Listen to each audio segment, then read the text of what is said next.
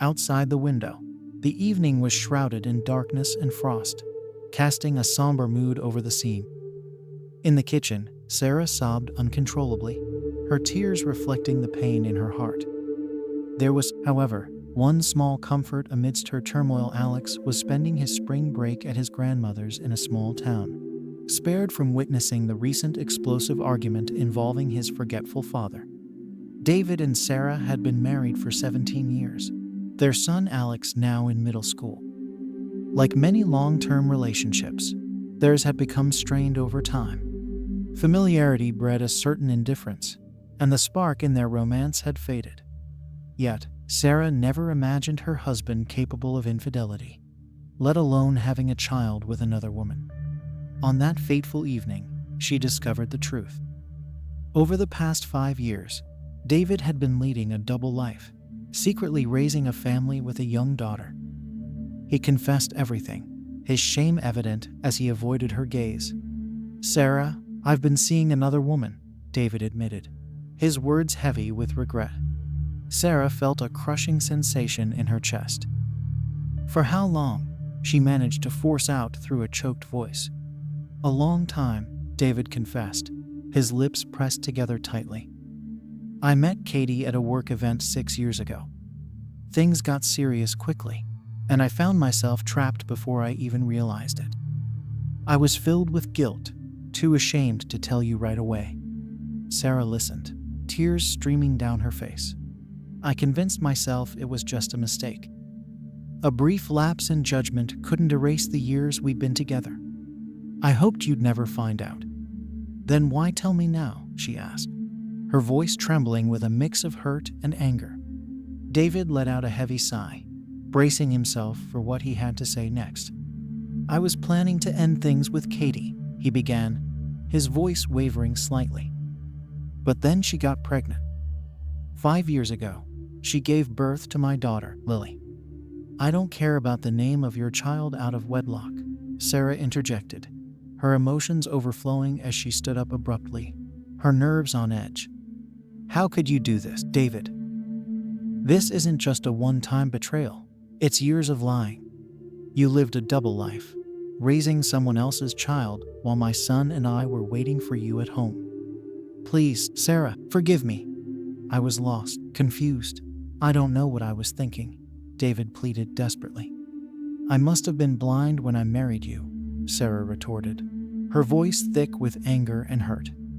"Please, Sarah, let's talk this through," David implored, wrapping his arm around his sobbing wife's shoulders. "Please don't leave me. Life has already punished me enough." "What do you mean?" Sarah asked, her confusion evident as she looked up at her husband. David let out another heavy sigh before continuing.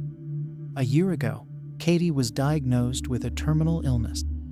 I've been helping her with her treatments, doing everything I can, but it's not working. Her condition is worsening, and a few months ago, she was admitted to a cancer treatment center." David broke down in tears, overcome with emotion.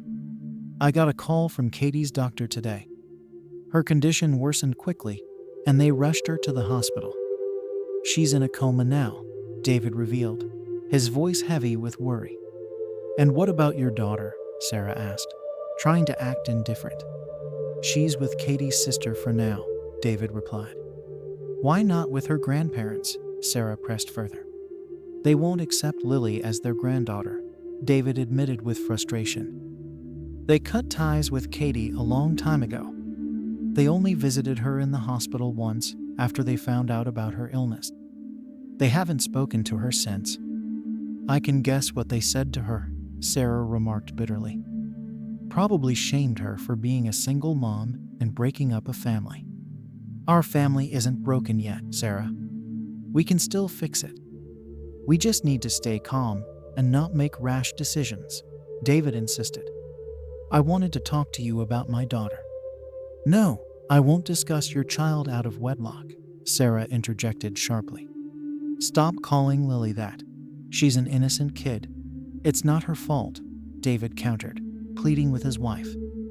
"Sarah, I know you're upset. You're not yourself right now. But you're a kind person, and you love children. What are you getting at? Oh, I see. You want me to accept your child with another woman, Sarah concluded, her voice laced with bitterness. Sarah erupted with anger.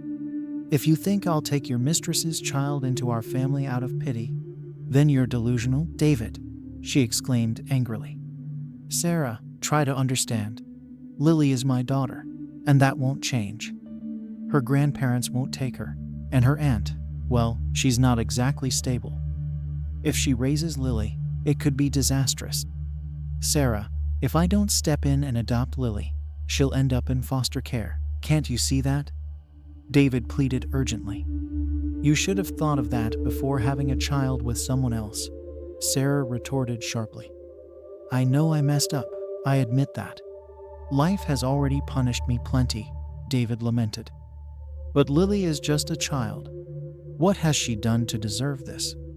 That her father turned out to be a coward, Sarah exclaimed, throwing the first thing she could grab from the shelf at her husband. Don't blame me for wanting to take care of my own daughter, David protested, holding his hands up defensively as he dodged another projectile. Did you ever think about Alex's well-being? He's a teenager, and he's not clueless. Imagine the trauma you'll cause him by bringing your illegitimate daughter into our home. David was speechless in the face of her accusations, silently taking the blows of her anger. What do you expect me to tell him, huh? Sarah screamed hysterically. Son, Daddy and I decided to get another baby delivered by a stork. Is that it? Can you even imagine it? Shameless. Despair weighed heavily on Sarah as she leaned against the wall, sliding down to the floor. She buried her face in her hands, tears streaming down her cheeks, while David attempted in vain to comfort her. Just leave the keys and go. I don't want to see you anymore. Sarah's voice cracked with anguish. Forget you ever had a family. You created a child with another woman, so you can figure out what to do with her on your own. David let out a frustrated groan, grabbing his jacket from the coat rack. I never thought you could be so heartless, Sarah, he retorted sharply. Think about this. Maybe you'll realize how unfairly you're treating an innocent child. With that, David threw the keys at his wife's feet and stormed out of the apartment, slamming the door behind him. Sarah retreated to the kitchen, where she cried until morning, pouring her heart out to a friend over the phone. That day, Sarah's world crumbled around her. She had been forced to confront painful truths from the lips of her husband, the person she once trusted most. Several days passed. Realizing he'd pushed too hard, David tried to contact his wife. However, Sarah, deeply hurt, wouldn't answer his calls and wouldn't let him in, pretending she wasn't home. In response to David's constant messages begging to talk and fix things, Sarah finally replied, saying she'd gone to stay with her mom in the suburbs and needed some space for a few days. David stopped trying to contact her for now, giving Sarah some much-needed time to think. She was wrestling with a tough decision to divorce her cheating husband and save what was left of her self-respect, or to stay married for their son's sake, even if it meant accepting David's demands and welcoming his daughter into their family. Lost in her turmoil, Sarah called her friend Tina for advice. Tina, can I even forgive him? After everything he's done, living a double life for years, and you want me to feel sorry for him? Sarah vented her frustration over the phone. I'm not saying you should feel sorry for your husband. But what about Alex? Sarah sighed heavily. Alex is at such a critical age. How would he handle a divorce? I can't imagine it. Have you considered how he'll react when he finds out about the affair and his dad's other child? Tina pointed out. He'll figure it out eventually, Sarah. You can't lie to a teenager and say his sister magically appeared. You're right, Tina, Sarah admitted. Absolutely right. Do you want Alex to resent his father forever and blame himself for you staying in an unhappy marriage? Tina's voice was firm. Divorce David and don't look back. You need to prioritize yourself and get rid of the cheater. What about telling Alex the truth?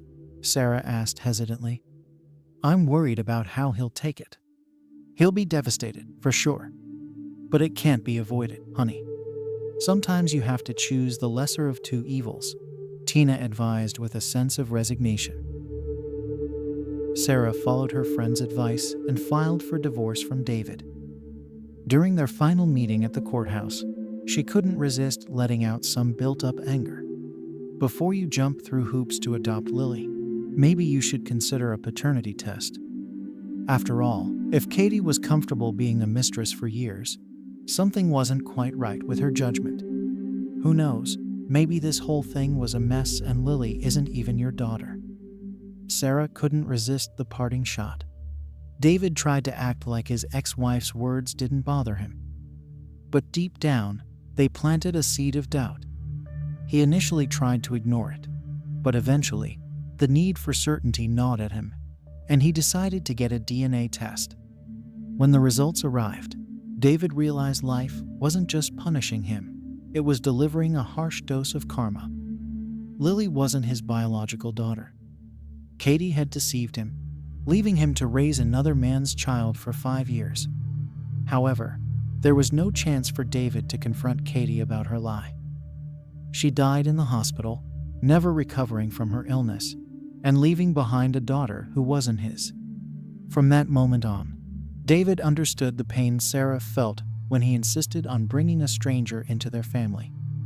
He had accused his wife of being cold and heartless, yet now he found himself willing to do anything to avoid his own problems.